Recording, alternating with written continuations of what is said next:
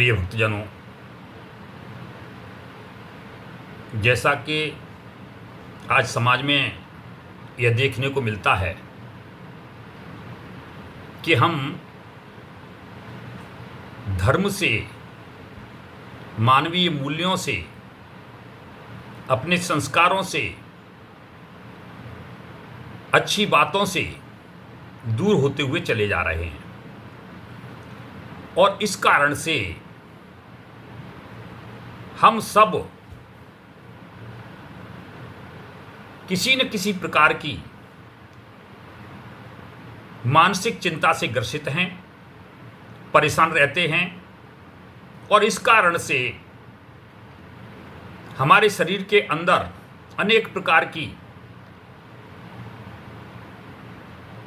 कष्ट देने वाली बीमारियां उत्पन्न हो जाती हैं, जैसे कि बीपी है, डायबिटीज है। बहुत सारी बीमारियां हमारे अंदर चिंता के कारण पैदा हो जाती हैं। इसलिए हमें अपने व्यक्तिगत रूप से अपने आप का चिंतन करने के लिए, अपने आप को ठीक रखने के लिए विचार करना चाहिए। अगर एक व्यक्ति के रूप में, एक इंसान के रूप में हम अपने आप को मानसिक रूप से स्वस्थ रख लेते हैं, तो वास्तव में हम अपने परिवार के लिए, अपने समाज के लिए, अपने देश के लिए और प्रत्येक जीव के लिए बहुत कुछ कर सकते हैं। इसलिए हमें सतत यह चिंतन करते रहना चाहिए कि हमारे अंदर कोई विकार उत्पन्न न हो और हम जो है मानसिक रूप से स्वस्थ रहें, शारीरिक रूप से स्वस्थ रहें। इसके लिए आवश्यक है कि हम धर्म से जुड़े रहें, क्योंकि धर्म ही एक ऐसा ज्ञान देने वाला, संस्कार देने वाला, सही रास्ता दिखाने वाला साधन है जिससे व्यक्ति जो है पूर्ण बन सकता है। हमारे धर्म ग्रंथों में कहा भी गया है, धार्यते सधर्मः। जो धारण किया जाता है वास्तव में वही धर्म है। और मनुस्मृति में भी धर्म के लक्षणों के बारे में बताया गया है, धृतिः क्षमा दमो अस्तेयम शौचम इंद्रिय निग्रह धी विद्या सत्यम क्रोधो दशकम धर्म लक्षणम। धृति धैर्य धारण करना, क्षमा किसी को क्षमा कर देना,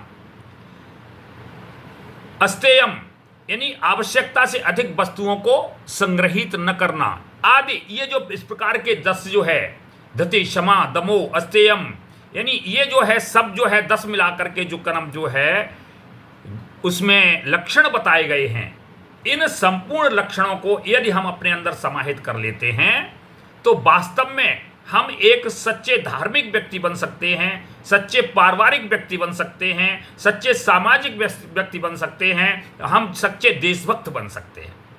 यानी कहने का मतलब ये है कि हम जो है अगर धर्म के अनुसार अपने जीवन को चलाते हैं तो हम अपनी प्रत्येक जिम्मेदारी को ठीक प्रकार से पूरा करने का, यानी हमारे अंदर जज्बा आ जाता है, शक्ति आ जाती है। कभी कभी हम विचार करते हैं कि हम जो है धर्म को मानते हैं, भगवान को मानते हैं, क्या वास्तव में भगवान है? ये तरह तरह के विचार हमारे मन के अंदर आ जाते हैं। तो हम वास्तव में यदि हम अपने आसपास के परिवेश को देखें, सृष्टि की चीजों को देखें, तो बहुत सारी चीजों से हमें ये स्पष्ट हो जाता है कि वास्तव में भगवान होता है। क्या आपने कभी सोचा है कि हम अपने घरों के आसपास जो क्यारियां बनाते हैं उसमें हम जो क्यारियों में निश्चित करते हैं कि यहाँ पर गुलाब का पौधा होगा, यहाँ पर गेंदे का पौधा होगा, यहाँ पर चमेली का होगा, यहाँ पर जो है अन्य प्रकार के पौधे होंगे। ये हम संपूर्ण प्रकार से सोच विचार करते हैं और उस प्रकार से हम उसे व्यवस्थित करते हैं, तो हमारी क्यारी में उसी प्रकार के पौधे खिलते हैं। परंतु जो है हम जंगल में देखते हैं, जंगल में अनेक प्रकार की वनस्पतियां अपने आप स्वतः निकल आते हैं, एक से एक सुंदर फूल आ जाते हैं, सुगंधित फूल आ जाते हैं। और हम ये भी देखते हैं कि यानी इस तरीके से जो हम आप एक तरफ तो नियोजन कर रहे हैं तो वास्तव में वो सब चीजें व्यवस्थित हो रही हैं, और दूसरी तरफ जंगल में कोई नियोजन करने वाला नहीं है तो वहां सब कुछ अस्त व्यस्त हो रहा है। तो ये संपूर्ण जो सृष्टि है एक योजना के तहत चल रही है, और इसको नियोजन करने वाला, इसकी योजना करने वाला कोई न कोई है। हम ये देखते हैं सूर्य जो है निश्चित समय पर उदित होता है, पूर्व दिशा में उदित होता है, और निश्चित समय पर पश्चिम दिशा में जाके अस्त होता है, और उसका समय होता है उसी समय पर जाके अस्त होता है। तारे उगते हैं, चंद्रमा उगता है, इस तरीके से हम सब चीजों को देखते हैं तो सभी चीजें योजनाबद्ध तरीके से हो जाते हैं। एक वृक्ष की कोई डाली टूट जाती है तो दूसरी डाली निकल आती है। हमारी जो है इंद्रियां हैं, उन इंद्रियों में से कोई इंद्रिय जो है नष्ट हो जाती है, जैसे हम आंख हमारी कोई नष्ट हो गई तो हमारे अंदर भगवान दूसरी इंद्रिय में उसकी शक्ति दे देती है। जैसे कोई अंधा व्यक्ति होता है तो वो किसी स्पर्श मात्र से नोट बता देता कि ये इतने रुपए का नोट है। कोई चलता हुआ व्यक्ति जा रहा होता है तो वो पहचान बता देता कि वो व्यक्ति जो है वो उस नाम का व्यक्ति जा रहा है। तो कहने का मतलब ये है ईश्वर जो है। और इसीलिए गोस्वामी तुलसीदास जी ने ये कहा है, ईशावास्येदम ईश्वर अंश जीव अविनाशी चेतन अमल सहज सुख राशि। ईश्वर अंश जीव अविनाशी, यानी जो प्रत्येक जीव है, संसार में जितने भी जीव हैं उन सबके अंदर जो है ईश्वर का अंश है। और वो अंश कैसा है? निर्मल है, पवित्र है, जिसको कभी मारा नहीं जा सकता, नष्ट नहीं किया जा सकता। नैनम छिदन्ति शस्त्राणि नैनम दहति पावका न चैनम क्लेदयन्ता तो न सूसित मारुता। यानी उसे पानी से भिगोया नहीं जा सकता, अग्नि से जलाया नहीं जाता, शस्त्र से भेदा नहीं जा सकता। ऐसा तत्व प्रत्येक व्यक्ति के अंदर विद्यमान है। और मंडूक उपनिषद में भी कहा गया है, ईशावास्य इदम सर्वम, ईशावास्य इदम सर्वम यत किंचित जगत्याम जगत तेन त्यक्तेन भुंजीथा माग्रध कश्चित् धनम। ईशावास्य इदम सर्वम, ये हमें जो अपने जो है आसपास संपूर्ण सृष्टि में जो कुछ दिखाई देता है, और बहुत सी ऐसी चीजें हैं जो नहीं दिखाई देती हैं, उन सब में ईश्वर का वास है। फिर वो चाहे हाथी होगा, चींटी होगा, शेर होगा, लोमड़ी होगी, इंसान होगा, स्त्री होगी, यानी कोई भी होगा, सभी के अंदर जो है ईश्वर का निवास है। और इसीलिए हमें जो है हर एक वस्तु, यानी ये जो ये प्रकृति है, हर एक वस्तु का हमें ध्यान रखना चाहिए। चाहे पर्यावरण हो, हमारा परिवार हो, चाहे हमारा देश हो, चाहे कोई भी हो, यानी जो भी चीज इस सृष्टि के अंदर आती हैं उन संपूर्ण चीजों का हमें ध्यान रखना चाहिए। तेन त्यक्तेन भुंजीथा, त्याग करते हुए हमें उपभोग करना चाहिए। हमें जो है सकारात्मक सोच के साथ अपने जीवन के लिए जितना आवश्यक है उतना ही हमें ग्रहण करना चाहिए। और जब जब हम जो है आप अपनी जो है आवश्यकता से अधिक ग्रहण करते हैं, हम जो है यानी दूसरे के हितों को मारते हैं, दूसरे को परेशान करने की भावना से आगे बढ़ते हैं, तब हम जो है गलत रास्ते पर चल रहे होते हैं। हम अधर्म से अलग हटते हुए दिखाई देते हैं। क्योंकि जो धर्म है, धर्म हमें यह शिक्षा देता है कि हमें जो है संपूर्ण संसार में जहां कहीं भी जो भी अच्छाई है उन अच्छाइयों को हम अपने अंदर ग्रहण कर लें, और हमारे अंदर जो बुराइयां हैं उन बुराइयों को हम निकालते हुए चले जाएं। और जब हम ऐसा करने लगते हैं तब वास्तव में हम जो है सच्चा कार्य करते हैं, ईश्वर का कार्य करते हैं। हमारे जीवन में अशांति, चिंता, क्लेश, झगड़े इत्यादि जो आते हैं, वो जो है जब हम जो है तेन त्यक्तेन भुंजीथा इस सिद्धांत को छोड़ देते हैं, तब ये सब चीजें हमारे अंदर आती हैं।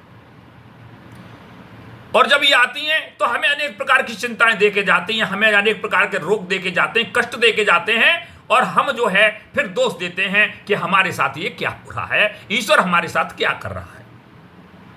गोस्वामी तुलसीदास जी की रामचरितमानस में उन्होंने बहुत ही सुंदर चौपाई एक कही है, जहां सुमति तहां संपत्ति नाना, जहां कुमति तहां विपत्ति निधाना।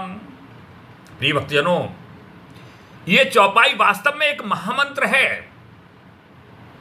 अगर इस चौपाई को हम अपने व्यक्तिगत जीवन में, अपने परिवार में समाहित कर लें तो हमें किसी प्रकार का कोई कष्ट ही नहीं हो। गोस्वामी तुलसीदास जी कहते हैं, जहां सुमति तहां संपत्ति नाना। जहां पर सुमति होती है, अर्थात अच्छी मति होती है, अच्छी बुद्धि होती है, अच्छा सोच विचार होता है, दूसरे को उठाने की भावना होती है, किसी पीड़ित व्यक्ति की सहायता करने की भावना होती है, किसी गरीब की जो मदद कर देने की भावना होती है, कोई बीमार व्यक्ति है उसका इलाज करा देने की भावना होती है, किसी व्यक्ति को जो है पढ़ाई में कोई दिक्कत आ रही उसको जो है पढ़ाई की शिक्षा के लिए कुछ सहायता कर देना, इसकी जो कर्म जो है इस तरीके से, यानी जितने भी हम जो है कार्य सकारात्मक सोच के साथ करते हैं, सुमति के साथ करते हैं, तो जो है वहां पर जो है सुमति होती है। और जहां सुमति होती है वहां संपत्ति नाना। तहां सुमति तहां संपत्ति नाना।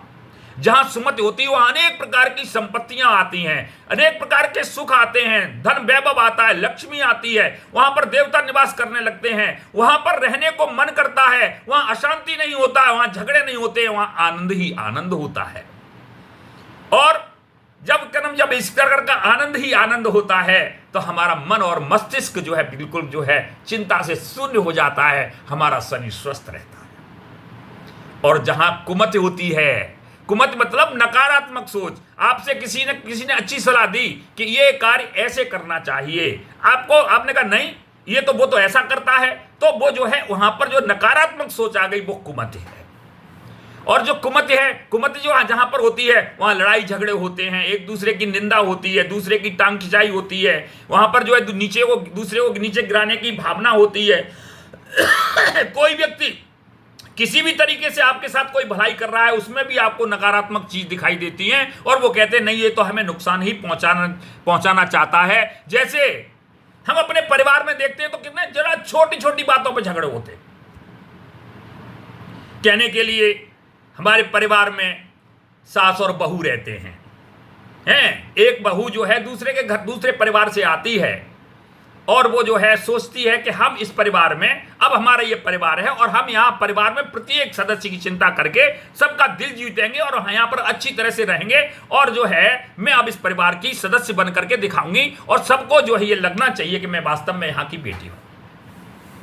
यह भावना लेके सकारात्मक सोच करके अगर कोई दुल्हन आई और उस परिवार में आकर के, और ऐसी ही भावना अगर उस परिवार के सभी लोगों की हो, सास की हो, ससुर की हो, पति की हो, देवर की हो, ननद की हो, यानी सभी सदस्यों की भी भावना अगर ऐसी ही होती है तो वहां पर वास्तव में सुमति है। वहां पर जो है हर प्रकार का आनंद ही आनंद होगा, वहां रहने को जी चाहेगा, वहां लक्ष्मी भी निवास करेंगे, अन्य देवता भी आकर के रहेंगे। लेकिन अब जो है बहू आ गई और जब कुमति पैदा होती है तो जो है बहू चाहे कितना भी अच्छा करे उसके काम में कमी ही दिखाई देती है। या बहू में अंदर अगर कुमति आ गई तो सास और ससुर, देवर, ननद कितना भी अच्छा करें तो उसके अंदर जो है अगर कुमति आ गई तो उसे जो है बहू को वो सारे कार्य उल्टे ही दिखाई देंगे। ऐसे में न तो बहू जो है उस घर की बेटी बन पाती है और न ही जो है सास और ससुर उसके पिता बन पाते हैं। और ऐसी परिस्थितियों में क्या होता है, बहू ने अच्छी सोच के साथ सोचा कि आज मैं अपने सास ससुर पर देवर ननद वगैरह को सबको खुश करती हूँ और अच्छी अच्छी डिश बनाती हूँ, और जो है तरह तरह से उसने अच्छी अच्छी डिश बनाई, सब्जी बनाई, सब कुछ बनाया और सबके सामने परोस दिया। अब वो सबको देखने लगी कि कोई शायद मेरी प्रशंसा करेगा। गलती से कहीं थोड़ा सा दाल में या सब्जी में कुछ नमक ज्यादा हो गया तो होना यह चाहिए था कि बहू तूने आज खाना तो वास्तव में बहुत अच्छा बनाया है, लेकिन थोड़ा सा नमक ज्यादा हो गया है, आगे से थोड़ा नमक कम करना, हम लोग नमक कम खाते हैं, और इससे उसका दिल खुश हो जाएगा। लेकिन सब्जी भी अच्छी है, सब कुछ अच्छा है, नमक भी अच्छा है, मिर्च भी अच्छी है, किसी प्रकार का उसमें कुछ भी नहीं है। लेकिन अगर कुमति है तो आप सब बहू ने जब बहू जो है, बहू को आपने बोला कि बेटा तेरे घर वालों ने तेरे को क्या सिखाया है, किसी चीज में स्वाद ही नहीं आ रहा है, तो यहां पर कुमति हो गई। अब बहू भी सोचती है मैंने तो इतनी मेहनत से बनाया, सब कुछ किया, और ये सब यहां पर सबको उल्टा दिखाई दे रहा है। तो कहने का मतलब ये है, अगर किसी की कोई कमी है तो हमें उस कमी का भी जो है, हमें जो है एक जो है सकारात्मक सोच के सुधारात्मक दृष्टि से हमें जो है उस कमी को बताना चाहिए।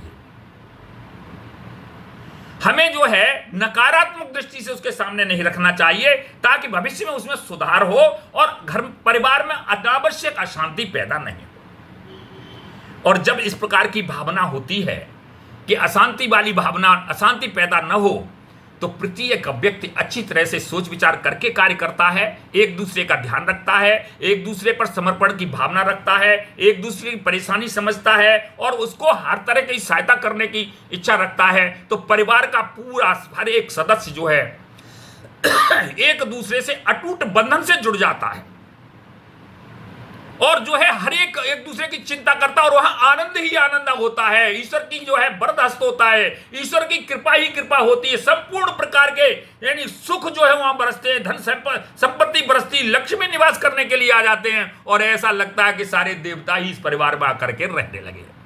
परंतु जब कुमति होती है तो वास्तव में उस परिवार में एक व्यक्ति के रूप में, यानी हमारा एक, हम खुद जो है एक व्यक्ति है, इंसान है, चाहे पुरुष हो या स्त्री हो, कोई भी हो, महिला हो या पुरुष हो, कोई भी हो, तो वहां पर रहने का मन नहीं करता है। और जब आनंद ही आनंद होते हैं, सुख ही सुख होता है, प्रेम ही प्रेम होता है, आपस में मिलाप ही मिलाप होता है, तो वहां रहने का मन करता है।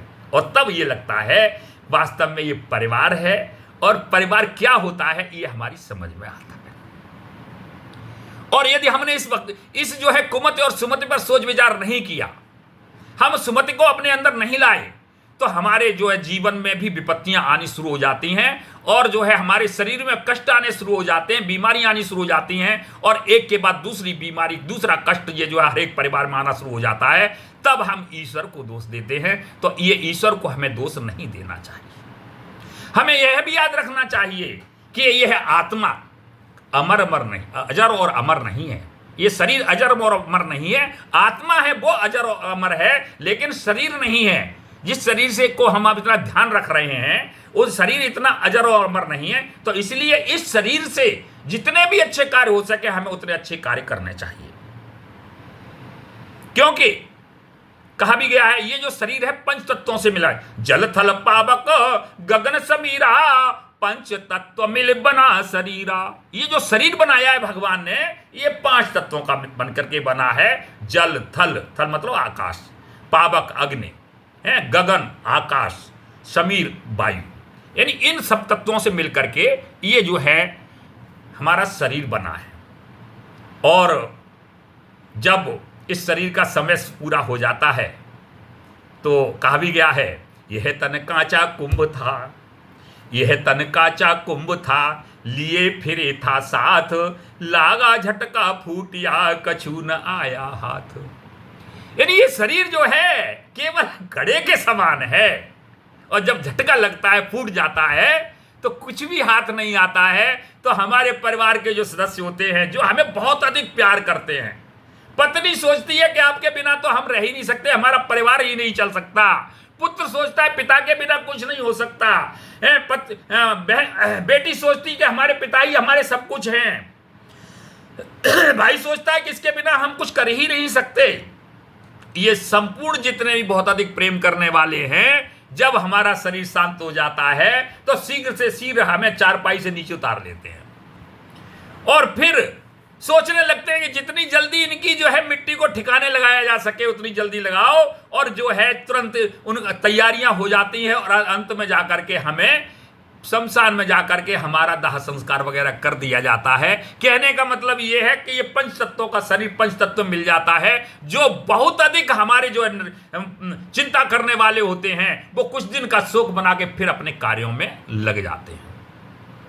कहने का मतलब ये है, जब तक हमारे अंदर ईश्वर का अंश है, आत्म तत्व है, तब तक हमारी आंख देख सकती है, कान सुन सकते हैं और हम अपनी जिह्वा से स्वाद ले सकते हैं। और जिस दिन ये तत्व निकल जाता है, उस दिन हम मिट्टी के ढोले हो जाते हैं और हमारे अपने ही हमें ठिकाने लगा देते हैं। तो कहने का मतलब ये है कि जो ईश्वर का जो तत्व है, वो हमेशा सही और गलत कार्य करने के लिए आगाह करता है, सचेत करता है। जब हम कोई अच्छा कार्य करने के लिए चलते हैं तो हमें अंदर से आवाज आती है, हाँ तुम ये अच्छा कार्य करो, इससे किसी का भला हो जाएगा, किसी का अच्छा हो जाएगा, किसी का कल्याण हो जाएगा, किसी गरीब की मदद हो जाएगी, किसी बीमार का आप इलाज करा दोगे, किसी अशिक्षित को शिक्षा दे दोगे, अपने देश का कोई कार्य कर दोगे। यानी अच्छा जो कार्य जब चलने करने के लिए निकलते हैं तो हमारे अंदर से ये आवाज आती है, और जब हम ये अच्छा कार्य कर लेते हैं तो हमें एक अपूर्व प्रकार के आनंद की अनुभूति होती है,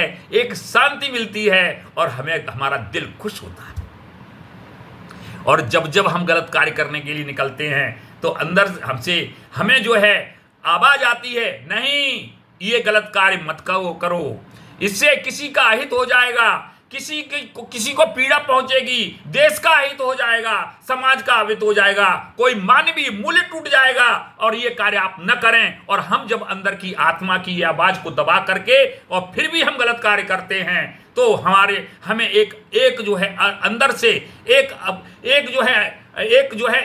ऐसी चीज घिनौनी कोई चीज हमारे अंदर से आवाज आती है कि तुमने आज जो गलत किया है, और हम जो है अशांत हो जाते हैं। तो कहने का मतलब ये है, हमारे अंदर जो ईश्वर का तत्व बैठा हुआ है, जब जब हम उस तत्व के आदेश को मानते हैं, उसके अंदर की आवाज को सुनते हैं, तब तक हम सही रास्ते पर रहते हैं। और जब जब हम उसकी आवाज को सुनना बंद कर देते हैं, एक के बाद दूसरा हम कार्य करते हुए चले जाते हैं, तो उस पर्दे पड़ते जाते हैं, फिर अंदर से वो आवाज आनी भी बंद हो जाती है।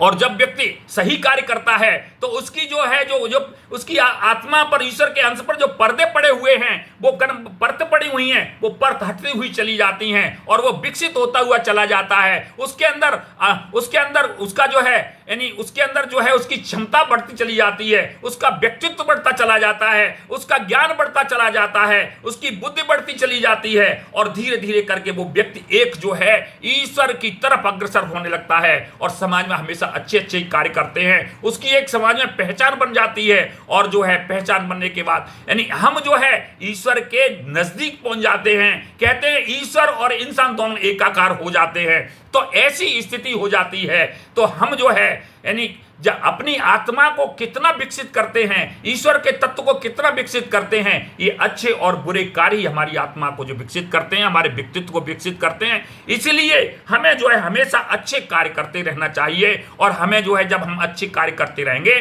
तो वास्तव में हम जो है एक पूर्ण मानव होंगे, और पूर्ण मानव होंगे तो हम अपने प्रत्येक कार्य को ठीक प्रकार से कर सकते हैं। किसी भी प्रकार का कोई कार्य हमारा अपूर्ण नहीं रह सकता है, और हमारे अंदर एक इस प्रकार का साहस उत्पन्न हो जाता है, यानी ऐसा कोई भी कार्य नहीं है जिसे हम कर नहीं सकते। और हमारे अंदर जो है एक उत्साह, जोश और उमंग की भावना पैदा हो जाती है, एक इस प्रकार की शक्ति आ जाती है कि हम हर एक कार्य कर सकते हैं। संसार में ऐसा कोई कार्य नहीं है जो नहीं कर सकता है, और ये भावना उसी व्यक्ति के अंदर आती है जो है धार्मिक होता है, पूर्ण होता है और ज्ञान संपन्न होता है, जिसकी सोच हमेशा अच्छी होती, सकारात्मक सोच होती है। वो व्यक्ति संसार का कोई भी कार्य कर सकता है, और जो व्यक्ति गलत कार्य करता है वो उसकी सोच मर जाती है। वो हमेशा भयभीत रहता है कि कहीं हम पकड़ न जाएं, कहीं हमारे साथ कोई उल्टा सीधा न कर दे, ये प्रकार की भावना रहती है। यानी कहने का मतलब ये है, यदि आप अच्छे कार्य करते हो तो आप जो है एक शेर पुरुष की तरह हो जाते हैं, आपको कोई छेड़ नहीं सकता। और इसीलिए कहा गया है, अश्वं नैव गजं नैव व्याघ्रम नैव नैव च अजापुत्रम बलिम तथा देवो दुर्बल घातका। अश्वं नैव घोड़े की नहीं, गजन नैव हाथी की नहीं, व्याघ्रम नैव नैव च और शेर की तो कभी नहीं, अजापुत्रम बलिम ददात बकरी के बच्चे की बलि दी जाती है, देवो दुर्बल घातका। अब यहां पर बकरी के बच्चे की बलि दी जाती है, अजापुत्र की बलि दी जाती है। इसका मतलब यह है बकरी का बच्चा वो व्यक्ति है जो हमेशा गलत कार्य करता है, वो जो है हमेशा मैं करता रहता है, अपने लिए सोचता है, केवल अपना ही पोषण करता है, अपना ही जो है धन संपत्ति अपने पास इकट्ठी करना चाहता है, अपने स्वार्थों की पूर्ति करना चाहती है, वो अजापुत्र होता है। और जो है सिंह की सोच वाला व्यक्ति होता है, वो हमेशा दूसरों की भी चिंता करता है, वो जो है हमेशा लोक कल्याण की चिंता करता है, देश के बारे में सोचता है, परिवार के बारे में सोचता है, अपने सुधार के बारे में सोचता है। तो हमें जो है व्याघ्र बनना है, अच्छी आदतों से युक्त पूर्ण मानव बनना है, हमें सच्चा जो है धार्मिक बनना है, सच्चा देशभक्त बनना है, सच्चा पारिवारिक व्यक्ति बनना है कि हम जो है समाज के काम आ सकें, देश के काम आ सकें, अपने मोहल्ले पड़ोस के काम आ सकें, अपने परिवार के प्रत्येक व्यक्ति के साथ काम आ सकें। हमें इस तरीके का अपना विकास करना है और हमें जो है पूर्ण मानव बनना है। और पूर्ण मानव बन करके यदि हम कार्य करते हैं तो वास्तव में हम धर्म का आचरण करते हैं, हम जो है मानवीय मूल्यों का व्यवहार सीखते हैं और हम एक पूर्ण मानव बनते हैं। धन्यवाद।